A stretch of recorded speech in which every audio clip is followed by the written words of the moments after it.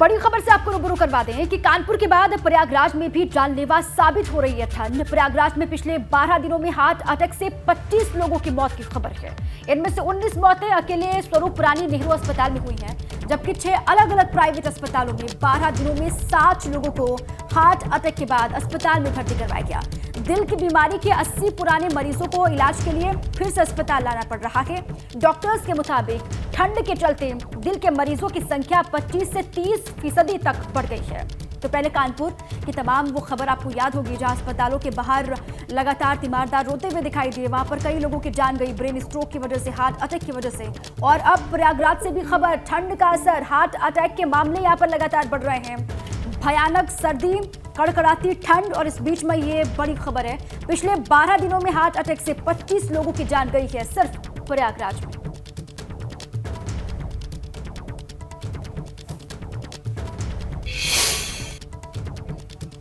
आइए आगे बढ़ेंगे, देखेंगे घड़ी घड़ी घमासान खबरों का तूफान। जहां बात जोशीमठ संकट के बीच अब ध्वस्तीकरण की कार्रवाई शुरू हो गई है। डेंजर जोन में आने वाले होटल मलारी इन को सुबह 9 बजे ध्वस्त किया जाएगा। कल की बात करें तो बारिश की वजह से काम को रोका गया था। और सबसे पहले दरार का संकट झेलने वाले मलारी इन होटल को गिराया जाने लगा है। डेंजर जोन में आने वाले इस मलारी इन होटल को सावधानी के साथ दिन रात गिराने की बात कही जा रही, जिसको लेकर मौके पर तमाम पुलिस फोर्स मौजूद है और आला अधिकारियों की मौजूदगी में ये कार्रवाई हो रही। ये कंटिन्यूस प्रोसेस है, ये हम लोग प्रयास कर रहे हैं डे और नाइट काम हो और जितनी जल्दी हो सके। जानकारी के मुताबिक अभी खतरे की जद में आ चुके 2 होटलों पर कार्रवाई होगी। बताया जा रहा कि जोशीमठ में अब कई जगह थोड़ी राहत भी नजर आ रही। यहाँ पर डेमोलिशन का कार्य प्रारंभ हो गया। एक तरफ जहां होटल को गिराया जाने लगा है, वहीं इस संकट की रोकथाम के लिए एजेंसियां अपने काम में जुटी हैं। हालांकि अभी भी 760 मकान खतरे की जद में हैं। 4 वार्ड संवेदनशील चिन्हित किए गए हैं। सबसे ज्यादा दरार वाली जगह पर पहले से पानी का रिसाव कम होने से राहत है। वहीं अब तक 169 परिवारों को विस्थापित किया जा चुका है। साथ ही सेफ जोन में 344 कक्ष भी बनाए गए हैं। इसके अलावा पीपल कोटी में 491 कक्ष बनाए गए हैं। पीडब्ल्यूडी के 30 इंजीनियर भी काम में लगाए गए हैं। शंकराचार्य के शहर को बचाने के लिए खुद मुख्यमंत्री ने ऑपरेशन संजीवनी की कमांड संभाली हुई है और आपदा पीड़ितों को हर तरफ से वो सहायता मुहैया करवा रहे हैं। यही वजह है कि जोशीमठ संकट को लेकर खुद सीएम धामी दूसरी बार जोशीमठ पहुंचे हुए हैं और प्रभावितों की हर मुश्किल को दूर करने की कोशिश में जुटे हैं। सीएम धामी ने पीड़ितों तक सरकारी मदद पहुंचाने के लिए सिर्फ 48 घंटे मांगे हैं। इस मीटिंग में यह भी तय करने वाला हूं कि सभी की जो प्रभावित लोग हैं उनकी लिस्ट आज बन जाए और बनने के बाद अगले 48 घंटे में उनके खातों में पैसा आ जाए। जोशीमठ संकट को लेकर फैले हर भ्रम पर मुख्यमंत्री ने स्थिति साफ की। साथ ही एबीपी गंगा संपादक रोहित सिंह सावल के सवाल पर जोशीमठ का फ्यूचर प्लान भी साझा किया। देखिए, ये सरासर एक भ्रामक बातें हैं। कहीं किसी का घर नहीं गिराया जाएगा। पुनर्वास के जितने भी अभी तक के हमने रास्ते अपनाए हैं, उनमें से जो सबसे बेस्ट होगा वो रास्ता हम अपनाएं। ग्राउंड जीरो पर न सिर्फ सीएम धामी पीड़ित परिवारों को दर्द बांट रहे हैं, बल्कि भगवान नरसिंह मंदिर जाकर जोशीमठ को बचाने की प्रार्थना की। नरसिंह जी हमारे ऊपर कृपा करेंगे, हमारे जोशीमठ शहर पर कृपा करेंगे और जो ये आपदा आई है, ये आपदा ठीक हो जाएगी, शांत हो जाएगी। जोशीमठ की जमीन पर उभरी दरारें और जमीन धंसने की घटना, इन सभी चीजों को एक्सपर्ट देख रहे हैं, अध्ययन कर रहे हैं।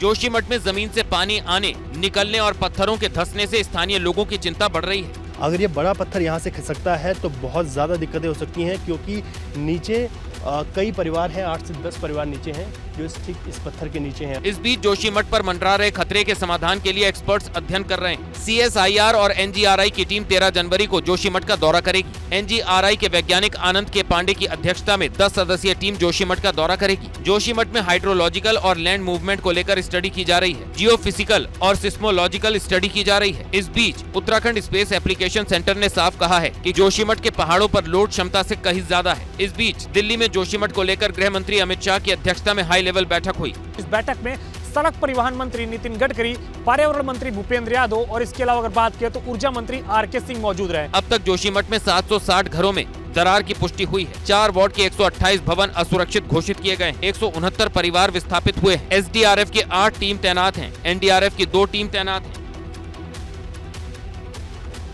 देखिए, उत्तराखंड के बाद यूपी में भी घरों के अंदर दरारों ने दहशत बढ़ा दी है, जिसके पीछे बड़ी लापरवाही बताई जा रही है। अलीगढ़ बागपत में भी जमीन धंसने और घरों की दरारों ने लोगों को खौफजदा कर दिया है।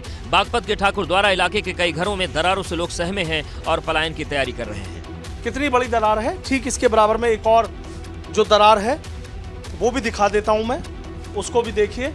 और यही लोगों की जो परेशानी है, उस परेशानी की वजह बना हुआ है। नींद तो आ नहीं रही होगी, देख लो चेहरे का क्या हालत हो रही है, नींद कहाँ आएगी हमें। जमा पूंजी सारी लग गई भैया, और सारी एकदम एक मकान, जिंदगी में एक ही मकान बन जाए वही है, यहाँ तो दोबारा बनाना पड़ रहा है। यहाँ रहने वाले लोगों को अनहोनी का डर है। बताया जा रहा है कि कुछ दिन पहले डाली गई गैस पाइपलाइन की वजह से पेयजल पाइपलाइन क्षतिग्रस्त हो गई थी, जिसके चलते जमीन धंसने लगी है। वहीं लोगों की घबराहट को देख प्रशासन भी हरकत में आया है।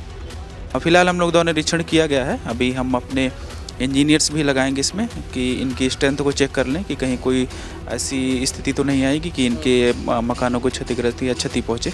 बागपत के अलावा अलीगढ़ के कनवरीगंज इलाके में भी लोग खौफ के साए में जी रहे हैं। यहाँ भी कई घरों की दीवारें, छतों में दरारें पड़ चुकी हैं। यहाँ भी नगर निगम पर लापरवाही के आरोप लगे हैं।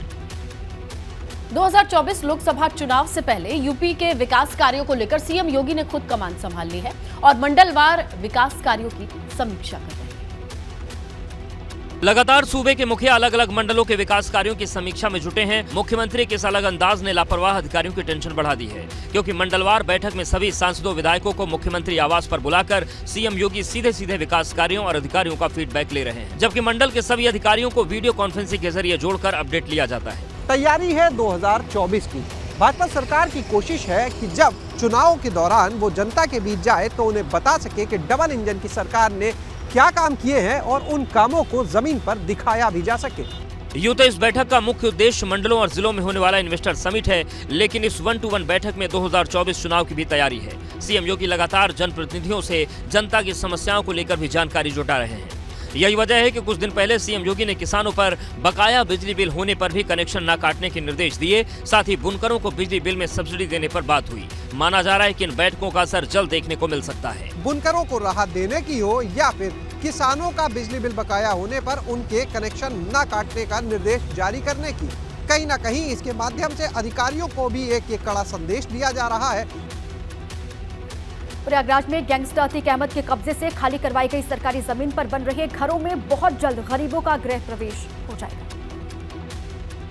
प्रयागराज के लूकरगंज इलाके में बनाए जा रहे फ्लैट मुख्यमंत्री योगी आदित्यनाथ का ड्रीम प्रोजेक्ट है, जिसे सरकारी जमीन पर अतीक अहमद का कब्जा हटाकर तैयार किया गया है और बहुत जल्द मुख्यमंत्री योगी खुद गरीब परिवारों को उनके घरों की चाबी सौंपेंगे। मेरा प्रयास जरूर रहेगा कि सीएम, क्योंकि उन्होंने भूमि पूजा करी थी, तो वही पहला आवंटन भी करें, क्योंकि ये योजना, ये कल्पना उन्हीं की बनाई हुई है।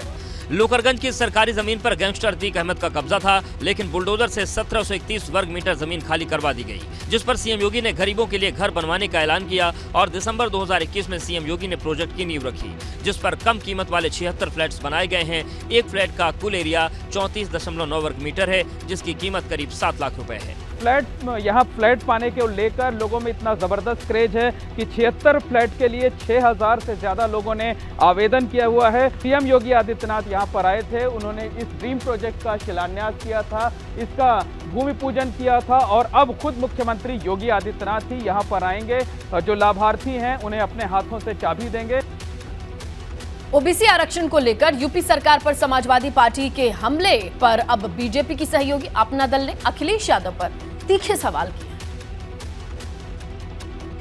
मोदी और योगी सरकार में सहयोगी अनुप्रिया पटेल के अपना दल एस के महासचिव और यूपी सरकार में मंत्री आशीष पटेल ने शिक्षण संस्थाओं में ओबीसी आरक्षण के मुद्दे पर सवाल उठाते हुए कहा है कि समाजवादी पार्टी को जब जरूरत महसूस होती है तभी वो पिछड़ा वर्ग आरक्षण का मुद्दा उठाती है। कि समाजवादी पार्टी जब विपक्ष में रहती है तो उसे पिछड़े याद आते हैं, और जब वो विपक्ष से बाहर चली जाती, सत्ता में आ जाती है, तो उसे पिछड़े भूल जाते हैं। दरअसल ओबीसी आरक्षण के चलते निकाय चुनाव का पेच फंसने के बाद से लगातार अखिलेश यादव भाजपा पर पिछड़े वर्ग को दरकिनार करने का आरोप लगा रहे हैं। ये पिछड़ों को बांटना चाहती है, जात के आधार पर काम करती है, इनके पास जवाब नहीं है। वाराणसी में क्रूज संचालन से रोजगार संकट खड़ा होने के अखिलेश यादव के आरोपों पर भी आशीष पटेल ने कहा कि सपा सरकार में धार्मिक केंद्रों की लगातार अनदेखी होती रही। धार्मिक स्थल का विकास किया जा रहा है तो किसी को पीड़ा नहीं होनी चाहिए। आपको भी मौका था, 2012 से लेकर 2017 तक आप मुख्यमंत्री थे। दरअसल आरक्षण समेत तमाम मुद्दों ओबीसी वर्ग में पैंठ बनाने के लिए सपा गठबंधन की सहयोगी पल्लवी पटेल भी सरकार और भाजपा पर हमला करने से नहीं चूक रही। इसीलिए अब इस लड़ाई में अनुप्रिया पटेल के अपना दल एस ने सीधे अखिलेश यादव की ही घेराबंदी शुरू कर दी है। पहाड़ी क्षेत्र में लगातार बर्फबारी हो रही है। भारी बर्फबारी से रास्ते बंद हो गए। जनवरी महीने में पहाड़ों को जमा देने वाली ठंड हो रही है। उत्तराखंड में मौसम का मिजाज बदला है। ऊंचाई वाले इलाकों में बर्फबारी हुई है। उत्तरकाशी के ऊंचाई वाले इलाकों में बर्फबारी हुई है। गंगोत्री धाम में बर्फ गिरी है, जिसके बाद मां गंगा का मंदिर सफेद नजर आ रहा है। उधर हर्षिल और झाला समेत कई जगह बर्फबारी हो रही है। रुद्रप्रयाग जिले में भी मौसम बदल गया है। केदारनाथ धाम में बर्फबारी के बाद हर तरफ बर्फ ही बर्फ नजर आ रही है। बर्फबारी की वजह से केदारनाथ धाम में ठंड बढ़ गई, जिससे निर्माण कार्यों पर असर पड़ा है। बद्रीनाथ धाम में भी कुदरत का मूड बदला है और बर्फबारी हुई है। बद्रीनाथ धाम में 4 इंच तक बर्फ जम चुकी है। बर्फबारी होने से बद्रीनाथ धाम और उसकी पहाड़ियां चांदी की तरह चमक रही हैं। सुबह होते ही जैसे धूप निकली, बद्रीनाथ का नजारा बेहद खूबसूरत लगने लगा। उधर बड़कोट में भी बर्फबारी देखने को मिली। यमुना घाटी के निचले क्षेत्रों में कहीं बारिश तो ऊंचाई वाले क्षेत्रों में बर्फबारी हुई है। बर्फबारी होने से पारा गिर गया, जिससे ठंड बढ़ गई। औली पहुंचने वाले सैलानियों की मुराद भी कुदरत ने पूरी कर दी है। बीती रात हुई बर्फबारी के बाद औली में 3 इंच तक बर्फ जम चुकी है। एबीपी गंगा के लिए बड़कोट से नितिन, उत्तरकाशी से दिग्बीर, रुद्रप्रयाग से रोहित डिमरी के साथ जोशीमठ से रणजीत रावत की रिपोर्ट।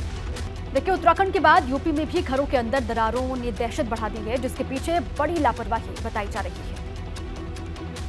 अलीगढ़ बागपत में भी जमीन धंसने और घरों की दरारों ने लोगों को खौफजदा कर दिया है। बागपत के ठाकुरद्वारा इलाके के कई घरों में दरारों से लोग सहमे हैं और पलायन की तैयारी कर रहे हैं। कितनी बड़ी दरार है, ठीक इसके बराबर में एक और जो दरार है वो भी दिखा देता हूं मैं, उसको भी देखिए। और यही लोगों की जो परेशानी है, उस परेशानी की वजह बना हुआ है। नींद तो आ नहीं रही होगी। देख लो चेहरे का क्या हालत हो रही है, नींद कहाँ आएगी हमें। जमा पूंजी सारी लग गई भैया, और सारी एकदम एक मकान, जिंदगी में एक ही मकान बन जाए वही है, यहाँ तो दोबारा बनाना पड़ रहा है। यहाँ रहने वाले लोगों को अनहोनी का डर है। बताया जा रहा है कि कुछ दिन पहले डाली गई गैस पाइपलाइन की वजह से पेयजल पाइपलाइन क्षतिग्रस्त हो गई थी, जिसके चलते जमीन धंसने लगी है। वहीं लोगों की घबराहट को देख प्रशासन भी हरकत में आया है। फिलहाल हम लोग द्वारा निरीक्षण किया गया है। अभी हम अपने इंजीनियर्स भी लगाएंगे इसमें कि इनकी स्ट्रेंथ को चेक कर लें कि कहीं कोई ऐसी स्थिति तो नहीं आएगी कि इनके मकानों को क्षतिग्रस्त या क्षति पहुंचे। बागपत के अलावा अलीगढ़ के कनवरीगंज इलाके में भी लोग खौफ के साए में जी रहे हैं। यहाँ भी कई घरों की दीवारें, छतों में दरारें पड़ चुकी हैं। यहाँ भी नगर निगम पर लापरवाही के आरोप लगे हैं।